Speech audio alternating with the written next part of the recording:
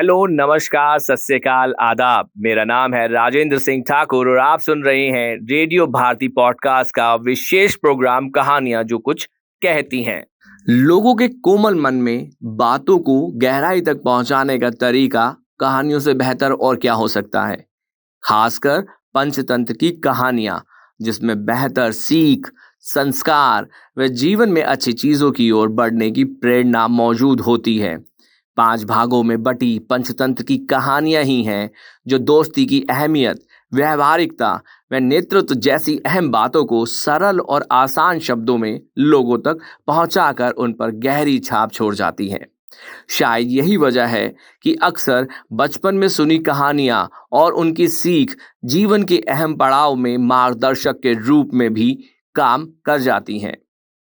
बैर, दोस्ती, दुश्मनी, दोस्तों के होने का लाभ, कर्म न करने से होने वाली हानि, हड़बड़ी में कदम उठाने से होने वाले नुकसान जैसी कई पंचतंत्र की कहानियां आप तक इस प्लेटफॉर्म के जरिए हम ला रहे हैं। हम इन कहानियों के माध्यम से बच्चों को खुशी देने और उनका मन बहलाने के साथ ही उनके अंदर नैतिकता व सदाचार के भाव को पहुंचाने का प्रयास कर रहे हैं। तो देर किस बात की है, तो हम शुरू करते हैं ये शिक्षाप्रद कहानियां। कहानी का शीर्षक है चूहा और बिल्ली। एक समय की बात है, अबुर्द शिखर नामक पर्वत की गुफा में दुर्दांत नाम का एक शेर रहता था। वह बड़ा ही खूंखार था। वह हर दिन अपनी गुफा से केवल शिकार करने के लिए बाहर निकलता था और पेट भरने के बाद वापस गुफा में जाकर सो जाता था। एक दिन न जाने कहां से उसकी गुफा में एक चूहा आ गया और वह भी एक बिल बनाकर उसी गुफा में रहने लगा। एक रोज जब शेर गुफा में सो रहा था, तभी चूहा अपने बिल से बाहर निकला और उसके बालों को कुतरकर वापस बिल में चला गया। शेर की जब नींद खुली तो उसने देखा कि उसके बाल कुतरे हुए थे।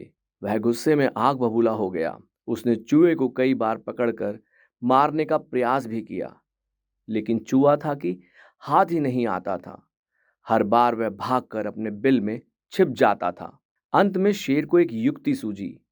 उसने सोचा कि क्यों ना चूहे को मारने के लिए इसका परम शत्रु लाया जाए। वह जंगल गया और बहला फुसला कर एक बिल्ली को अपनी गुफा में लेकर आया। इसके बाद जब भी शेर सोता या आराम करता था, बिल्ली पहरेदार की तरह शेर की निगरानी करती थी।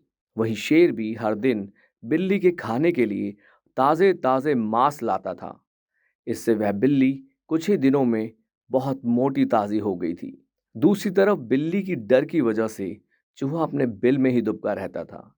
वह खाने पीने के लिए भी बिल से बाहर नहीं निकल पा रहा था। इस वजह से वह काफी कमजोर भी हो गया था। एक दिन भूख प्यास से व्याकुल होकर चूहा अपने बिल से बाहर निकला। उसने देखा कि शेर अपनी गुफा में आराम फरमा रहा था और बिल्ली ताजे ताजे मांस खा रही थी। लेकिन बिल्ली भी बहुत चालाक थी। चूहा जैसे ही शेर के पास उसके बाल कुतरने पहुंचा, बिल्ली ने तुरंत उस पर झपट्टा मारा और उसे निगल गई। वह बहुत खुश हुई थी कि अब वह शेर को यह बताएगी कि चूहे से अब परेशान होने की जरूरत नहीं है। तो शेर बहुत खुश हो जाएगा और उसे ढेर सारे ताजे मांस लाकर देगा।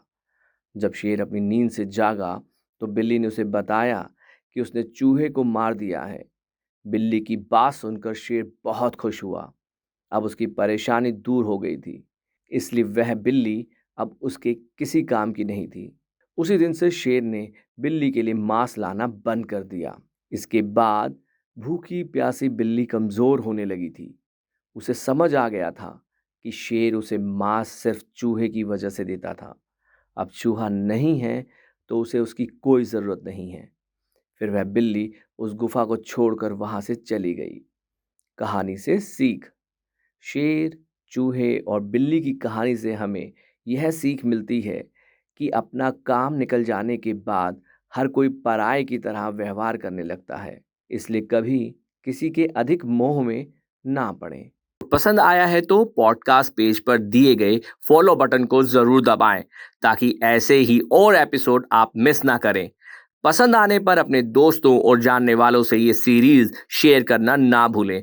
अपने सुझाव यानी सजेशन के लिए आप हमें सर्च कीजिए सोशल मीडिया पर रेडियो भारती के नाम से। तब तक के लिए धन्यवाद।